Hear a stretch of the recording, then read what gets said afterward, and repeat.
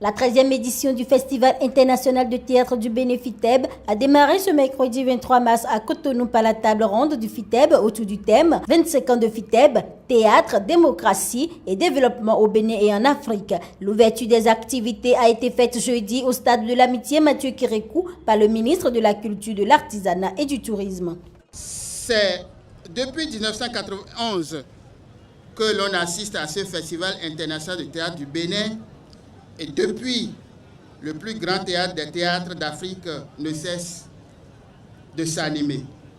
Cette 13e édition du Festival international du théâtre du Bénin connaîtra la présence d'une dizaine de délégations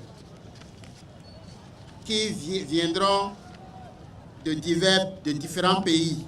Vous allez aussi vivre plusieurs spectacles comme par exemple la Nuit du Songe, avec plus de 300 artistes. Pour le directeur du FITEB, la période révolutionnaire a été le temps béni de la culture. Selon lui, la culture est un instrument qui a diffusé la politique. Je vous dis bienvenue à nouveau sur cette terre d'exception, cette terre de théâtre, où le théâtre et la politique ont une relation amoureusement incestueuse. Quand naissait où renaissait la démocratie sur les bords des côtes de Cotonou, naissait aussi le FITEB. À entendre le ministre, la culture peut être une source de développement. Par la culture, nous pouvons créer la richesse. Nous pouvons offrir de l'emploi à nos compatriotes.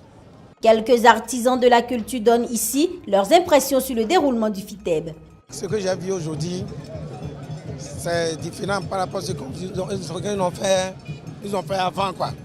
Moi, franchement, je suis content parce que depuis 14h, 15h, on a commencé le truc là, donc je suis content. Vraiment, ça a été très belle parce que nous, les artistes, on n'attendait pas à ça. Parce qu'on se dit vraiment comment ça va être organisé. Mais à notre grande surprise, vraiment, moi, je dis chapeau pour les organisateurs. Pourquoi? Parce que ça s'est bien passé. Cette 13e édition du FITEB se déroulera du 23 au 31 mars dans 5 villes du pays, dont Cotonou, Porto-Novo, Lobogo, Abomey et Parakou. À entendre les acteurs culturels, le principal danger que court la culture béninoise aujourd'hui est qu'il n'existe plus de troupes théâtrales, mais rien que des compagnies.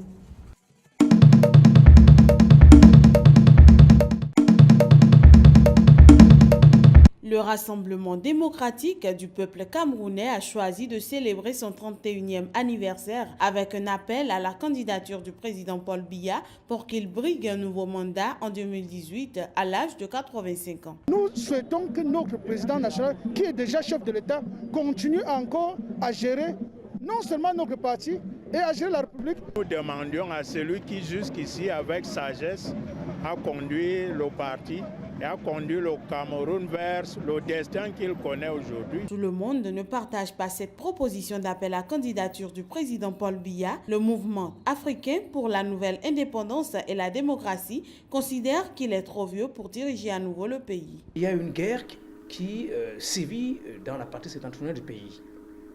Nous avons des centaines de morts déjà, civils et militaires confondus. Au lieu, bien entendu, de bien enterrer nos morts et de les célébrer, au lieu que le chef de ce parti politique qu'on appelle le RDPC aille rendre un hommage aux morts du Cameroun, civils et militaires, il n'y va pas. De son côté, lors d'une conférence de presse, la présidente du réseau des défenseurs des droits humains en Afrique centrale, Alice Nkom, a dénoncé le fait qu'au moment où l'on observe que les sous-préfets autorisent toutes les manifestations du parti au pouvoir pour le soutien de la candidature du chef de l'État, les manifestations des autres partis politiques et organisations de la société civile se voient interdites systématiquement pour entrave à l'ordre public.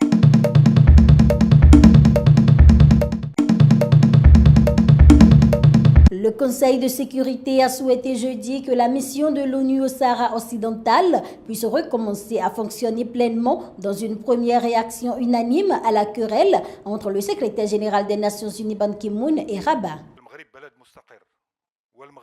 Le Maroc est un pays stable. Il contribue fortement à la stabilité de la région. et c'est déclaré par tout le monde. Donc attention à jouer avec le feu et de sortir du cadre. À en croire Salardine Mazoua, le Maroc ne va permettre à n'importe qui et qui que ce soit de se hisser au-dessus de la souveraineté ou son intégrité.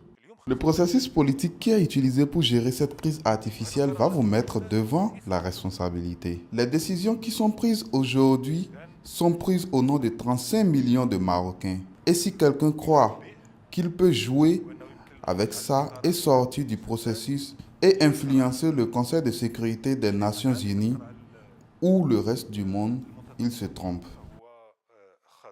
Soulignons qu'un responsable de l'ONU avait accusé mercredi devant des journalistes le Maroc de violer la charte de l'ONU et de lancer un défi direct au Conseil de sécurité. Celui-ci a mandaté la MINURSO en 1991 pour superviser un cessez-le-feu et préparer un référendum d'autodétermination. Mais une médiation menée par l'ONU depuis 2007 pour tenter de définir le statut final du territoire est dans l'impasse.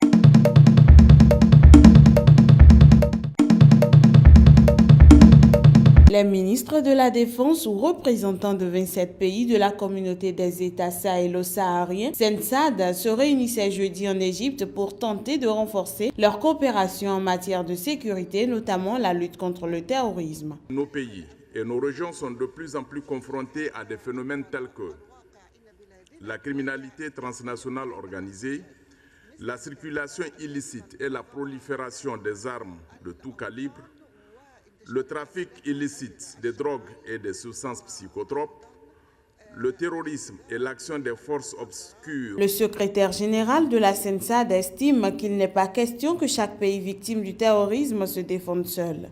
Il est établi que ces phénomènes ignorent les frontières et aucun État ne peut durablement s'en prémunir seul. Il faut une réponse collective, concertée et coordonnée. Nous devons mettre en place des mécanismes de prévention et de résolution des conflits. C'est le sens de cette réunion, a-t-il conclu. Rappelons que cette organisation panafricaine créée en 1998 et qui réunit 28 pays a fait de la sécurité sa priorité en inscrivant notamment à son agenda un projet d'accord sur la coopération sécuritaire et un autre sur un mécanisme de prévention, gestion et règlement des conflits.